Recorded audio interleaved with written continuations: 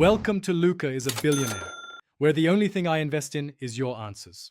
You start by confirming prerequisites. Dyno must have managed server and view audit log permissions, and you need a dedicated channel to receive entries. Once done, enable the correct intents so Dyno can observe member and role changes. Next, create a channel named Audit Log and set its right permissions. Then, decide how long you'll keep logs and what export format you prefer: JSON for structured parsing, CSV for spreadsheets, because that choice drives later filtering and storage steps. Now configure which events Dyno should log. Pick bans, role changes, channel edits, message deletions, and moderator actions. Make sure to apply filters so you avoid noise, for example, exclude bots, limit to specific channels, or ignore low-level role tweaks. Once filtered, map each event's payload fields to your storage schema.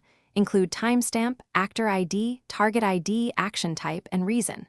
Finally, set batching windows to group rapid events and reduce API usage so you don't overwhelm your. Finish by wiring Dyno's output to persistent storage, a database, S3 bucket, or log service, and implement rotation based on your retention rule. Once done, build simple monitors. Alert on write failures, sudden drops in event volume, or permission errors. Make sure to test by simulating events and verifying records.